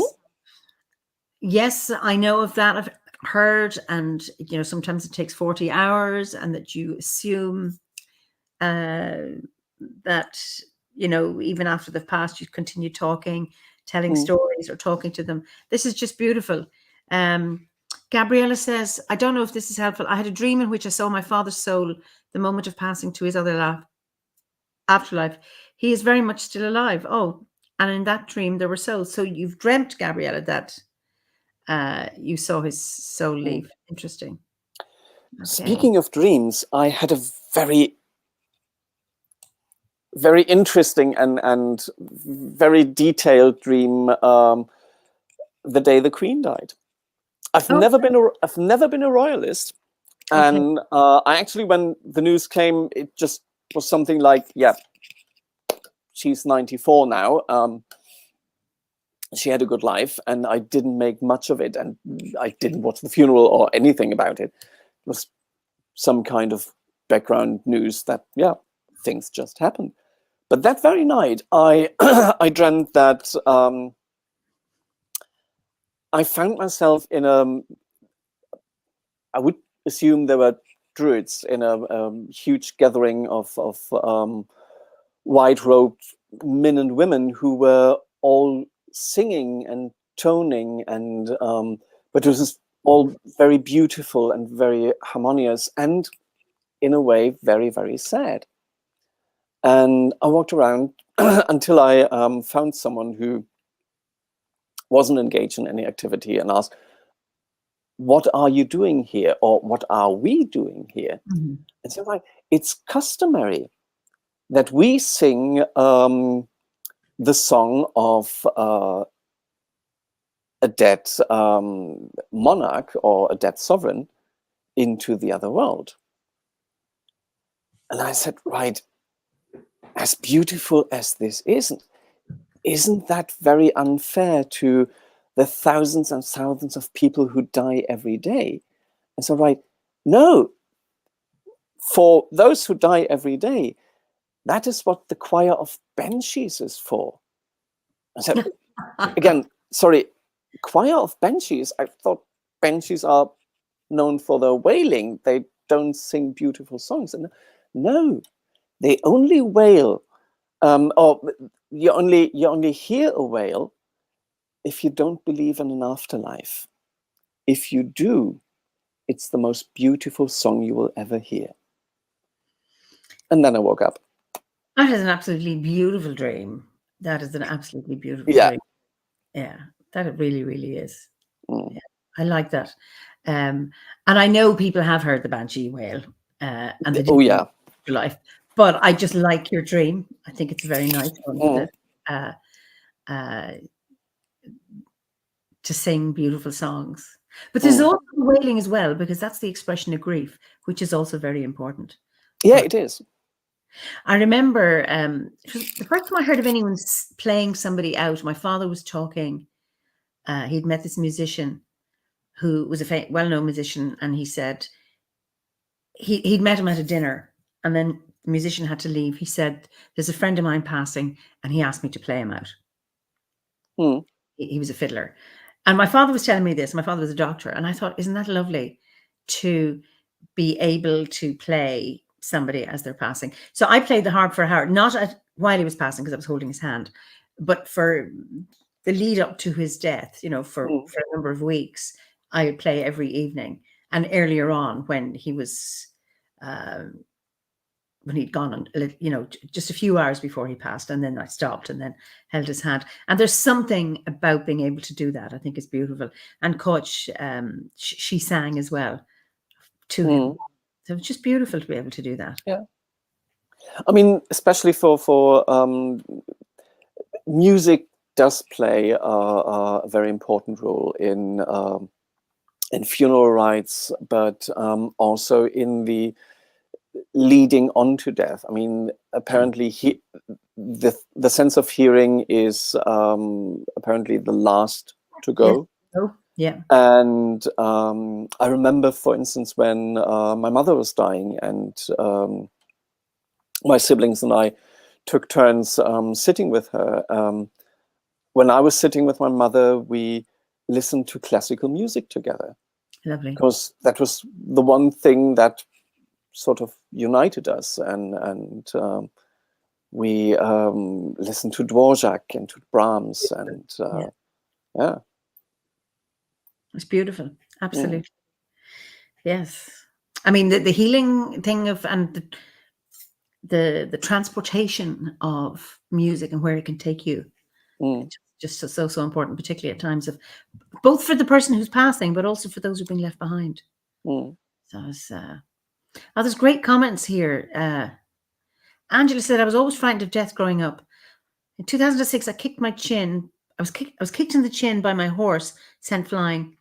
My memory of this is bright light and the thought that if this is what it's like to die, it's fine. Ever since I haven't feared death." Isn't that just a wonderful experience? Absolutely beautiful. Just to get back to Gabriella, and she had the vision of her father dying. The full message is that there were souls waiting for him on the shore, to take him, which I think is beautiful. And she also dreamt about the Queen the night before her dying. Okay. And Anastasia says, "My mother also knew it would be before the end of this calendar year." Yeah. So Bjorn says, "The only inevitable thing in life is our death. We put a lot of work into things to reach before, but just spend little energy in how to handle the only thing we know for sure to come." I know when Howard and I first met, one of our earliest conversations was, well, what we do if you could, what we're going to do about our deaths. What do we want? So we'd always spoken about it. And then over the years, it changed. And then when we joined the order, it changed. And then as soon as we knew he had a cancer diagnosis, it's okay. What do you want? And then there was no fear. And then we didn't have to be careful about saying something and saying the wrong thing. And it was just much more easier. So, yeah. I fully intend to stay with the order after my death.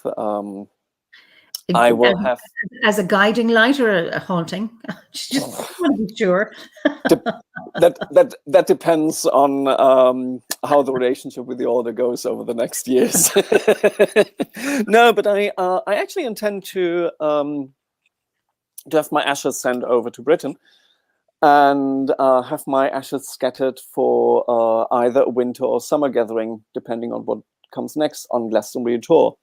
Okay. So I will stay with Gwyn on Glastonbury tour, and I'll be there every gathering. What could be? Okay.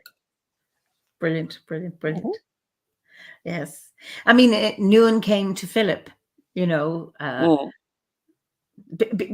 while in the kind of that interim period that between his death and Philip taking over as chosen chief, when things were a bit in hibernation, but he had come and asked him to create to get all his writings and put it into a cohesive course, and so he's still around. Yeah.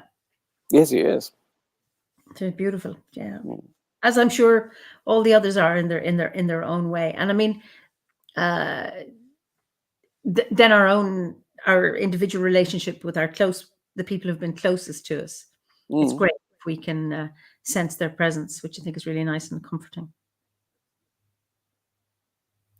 So, we're coming almost to the end of our time, but I have to ask this question. It's past my bedtime, yeah. I know. Oh my goodness.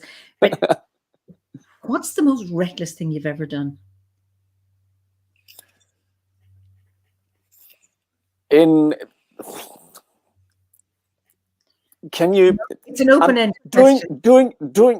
I'm doing a lot of reckless things. So. Well, one that you'd be willing to share, because I'm always interested, because what's reckless for one isn't magically speaking. Whatever. Exorcising a spirit from a house in Berlin. Okay, what was reckless about it? I spent the night at the house and actually had a visual apparition of a very old and very cruel man. I really wet myself. If you were to do this, what would you do differently? Go in at daytime. Yeah. Definitely first encounter with that particular house, daytime. Yeah, I mean, I arrived late. A friend had. I mean, this is, God, how long is that ago? 15 years, at least. A friend had recently moved to Berlin. Had a new flat, and every time he was just redecorating the flat. He hadn't moved in yet, but he said, every time it's getting dark outside, I have to leave here immediately. I said, right, I come over to Berlin, and I arrived at about 4 o'clock in the afternoon, and it was, nearly October. So by the time I came to the flat, it was already dark, and I had a sleeping bag with me and no other place to stay. And so, right, yeah, I just stay here. Won't be a problem. I do my thing and I find out what it is. Yeah, no, not a good idea. Okay, yeah. But I learned from my mistakes. Brilliant. Okay. No, okay. This is actually, I believe, part of my expertise. I made every possible mistake at least once myself. Absolutely. And I learned not to repeat them. Well, you see, that's the thing about taking a risk, jumping in, doing something, and then reflecting on it and realize, I mean, that's great. If we don't take risks, we don't make discoveries. Ricky wants to know, have you had druids require your funeral service? One. Oh, okay. Actually. Or I couldn't say a druid, a pagan. And I had once a very nice, couldn't say very nice. I was once approached by a mother whose son had died in his late 30s and of cancer. And he had moved back into his mother's house for about half a year before he died. Okay. And she said, when we had the talk about the eulogy, and she said, I don't know what my son believed in, Okay. but he always went into the woods for his religion, and he had some gods or spirits there, and I don't know what that was. And I said, right, are his things still around? And she showed me his room, and I found books by Cunningham and Vivian Craig, and I said, right, definitely a Wiccan. And since the eulogy was only held in front of a very close family, there was no use in telling them his life story, and I actually made the whole funeral service about, right, these are the things he believed in. Lovely. And these are the things he might believe in an afterlife. This is what Summerlands means, or this is what Imrama means, and they really liked that. Beautiful. Yeah. Oh, this is just wonderful listening to you, and how open you are to people's individual worldviews, and to be able to meet their families on that. Ammon says, Grimwolf, how many people are required to change the world? Only you. So it's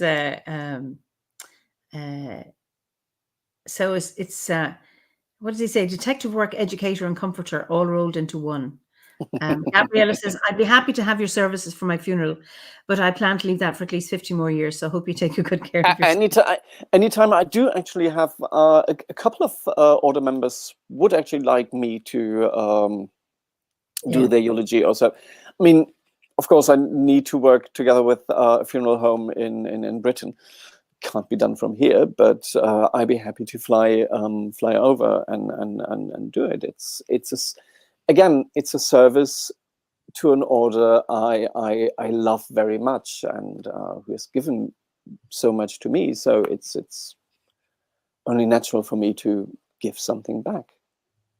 I've been asked to do that for many people, and I'm going, who's going to do it for me? I'm going to be here till I'm 100. So anyway, but Susan White Moan says, my mother just died today. I'm enjoying and in appreciation of this talk. I'm so sorry for your loss. I hope it was passing, Susan. But I'm just pleased that this conversation, that you're enjoying it. That helps. And this is what I found about these conversations. I said that to you earlier. There will be somebody here who benefits from our conversation. And I didn't know, and we didn't know where our conversation, what path it would take. So I'm glad that it's been of some help to you, Susan. And I hope, wishing you lots of comfort and support in the weeks and months ahead. So I hope just listening. So yeah. So there's lots of condolences from people for Susan as well. So thank you. Oh, good. And then Anne says, this has been one of the most insightful chats I've ever heard. It's so wonderful to reflect on death in such a supportive spiritual context. Thank you both for so much, and everybody who was here today. So then Matt said he had to conduct his dad's funeral. Definitely an interesting experience. And again, did you do it for your mother, or had she passed before? I when my mother died, I had already done several eulogies myself. Although at that particular time I was still in advertising. But no, when my mother died, my siblings and I, we agreed, no, we have someone coming from outside. And my mother actually had a funeral plan. A pastor here. She knew because she was one of my mother was a teacher, and there was a former student of hers who became a pastor here at a local church. So we invited her in, and I only delivered a poem that my mother really liked, and yeah, I have great respect for any grieving family member who is able to deliver a eulogy or even part of a eulogy themselves. When people ask me if I can fit them into to the things I do, I usually say, right, what we're going to do is I give you a slot, usually after the second musical bit. And whilst the music is playing, I will look at you, and you will either nod or say no. Okay. And then I know whether you're able to give your speech or not. And this provides a safety net. It does. People have that. They're usually more able to actually speak rather than they're completely unsupported. Yeah, absolutely. I gave the eulogy at Howard's funeral, and Paul Corcoran and Coach Kudu. Rhodes, Yeah, sure. we both agreed that we'd asked them a year before he died if they would do it. And Pat says, it was very healing for me to do the eulogies for my folks, like a very carefully crafted final gift. I did mine for Howard, and actually I was very pleased to do it because there was laughter in it. There was, describing his how he was, and then other people kind of joined in sharing memories of him, which was really nice. And having a funeral in a circle, it was out in the garden in our grove, which was just beautiful to be able to have that. And and I was very grateful to having Paul and Koch to hold the space. So I was able to do the eulogy. But it was Howard and I did the funeral service. We prepared it. It was like, this is what he wants, which was great to be able to do that. But to have that, just a question. Actually, Julia says, my daughter gave a talk at her granddad's funeral when she was 12. So brave. None of the rest of them could. And that is just beautiful to be able to do that at 12. Just lovely. What a gift. RM Child asks, what's your opinion about the ancestors from a Druidic perspective? Well, just because someone is dead doesn't make them omniscient and wise all of a sudden. I think no. I think the ancestors are important. I especially now Samhain is approaching. I talk a lot and work a lot with my ancestors, but sometimes you have to at least, well, state that some of your ancestors probably would have been assholes. Some ancestors aren't very nice. Some are. So invite those in that you like and love and have a relationship with, and well, shun them or well, exercise them, if you will, those that you don't. But no, I believe that on many levels, not just in a spiritual sense, I find ancestors very, very important. Your grandparents and great-grandparents actually hold some of, at least in my case, some of the keys of why your parents brought you up the way they did. I was raised in a very anti-fascist household. I'm a child of the peace protests and environmental protests of the 70s. I grew up in a very politically left and anti-fascist household. And when I was 30, I found out why. Because then I actually got a photograph of my mother and her sister sitting on a sleigh, black and white photograph, with a man in a black uniform behind them. And I asked my mother, who is this, knowing too well what a black uniform in the 30s in Germany meant.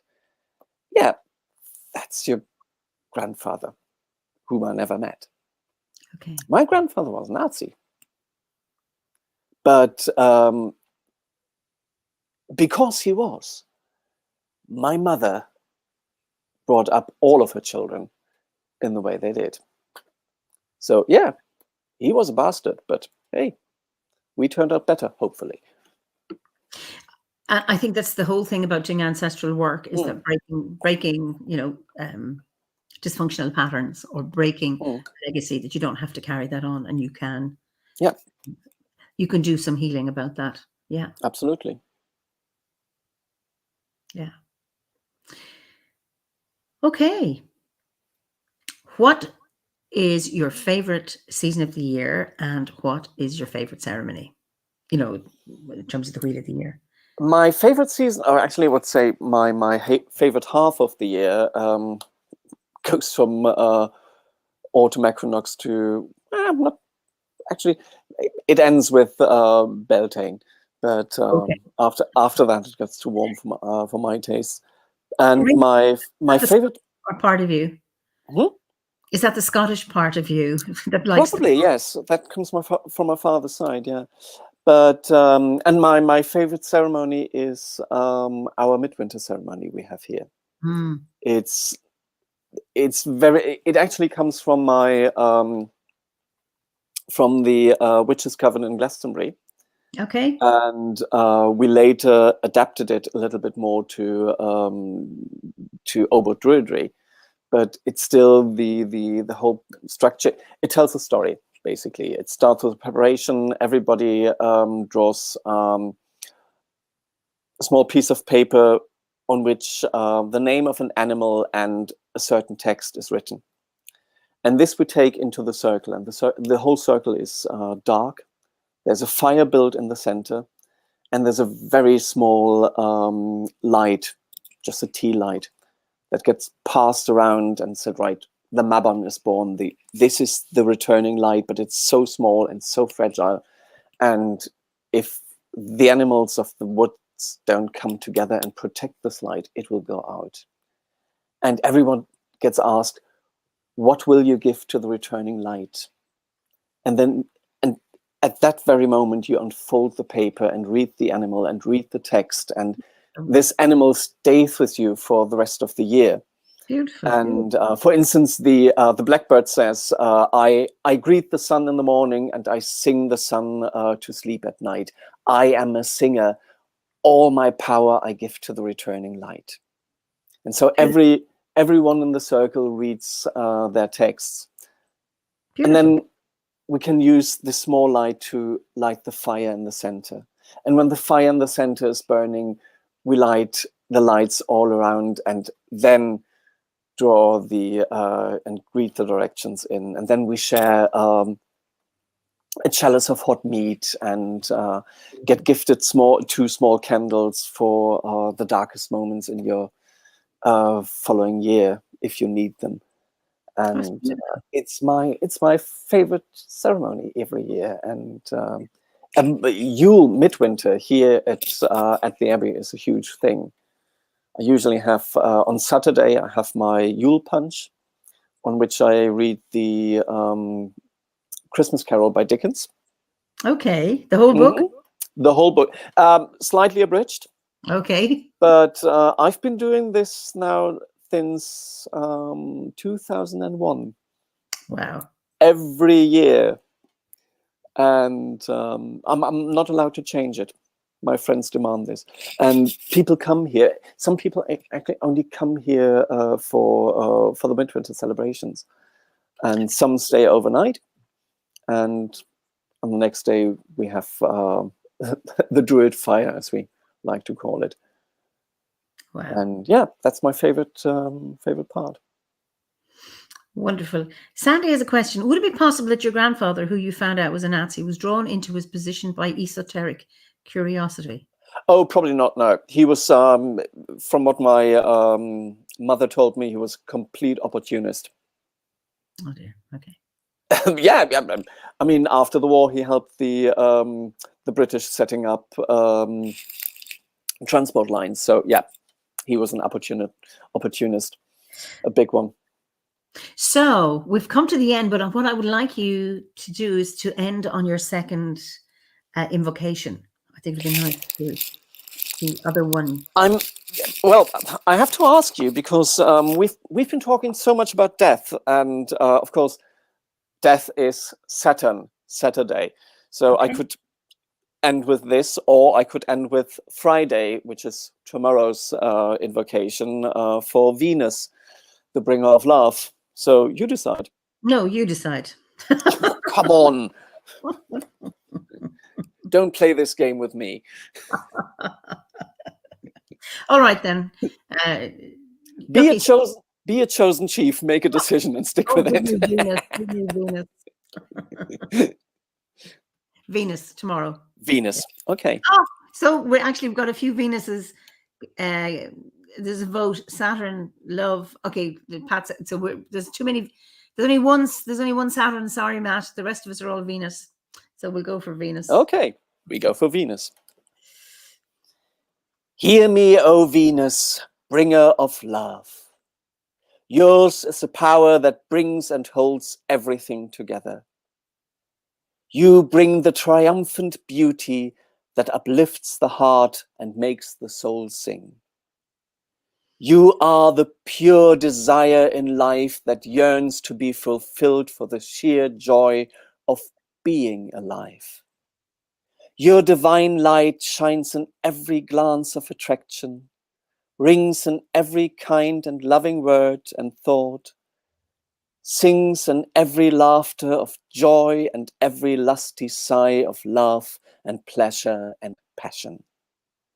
Yours is the love between friends and siblings, between parents and children, and above all, the love between lovers in all its forms and beauty. Your power is the most gentle and the most cruel. You stir the heart to greater honor or greater downfall and despair. You are a glorious goddess, sea-born and magnificent, beautiful and terrible as the dawn, the guiding star to every lost heart, the melody to every song of love and lust, desire made perfect. You are a lusty god, crowned with horns, ragged and scruff in your animal passions, encircled by singing birds, gentle and caring in your love for all life. Yours is the gentle word that calls and call that beckons the heart, the shared cup of trust and loyalty, the sweet and bitter fruit of passion, and the woven cord and the rings that binds the lovers together. On this your day, bless me with your love in all its many forms, so that it may fill the chalice of my heart and flow over into the hearts of all that I encounter for the benefit of all beings. It's beautiful. It's beautiful. Thank you so much. This has been a wonderful chat, Daniel. Thank you very much. So just before I send you backstage, or can you just say goodbye to everybody? Goodbye, everybody. And welcome to Oblivion. No, that's Rocky Horror Picture Show. Robert Jones says that's exactly what's needed now. Love, blessings. So thanks, lots of thank yous. So yeah, well, thank you all. So I'll just send you back, but we'll read the comments. I will later. Actually, tomorrow. Okay. So I'll just see you in a few minutes. So listen, thank you all so much for contributing to this conversation, and it's been just wonderful. I won't be here next week. I'm going to a storytelling festival on Orkney. I've never been, and so I'll be here in 2 weeks' time for another Fireside Chat. In the meantime, be well, and we're coming up to Samhain, so blessings of Samhain to you, and then we will have our Samhain gathering on Saturday, the 5th of November at 7 p.m. I look forward to seeing you then. Until then, slán go fóill and be well.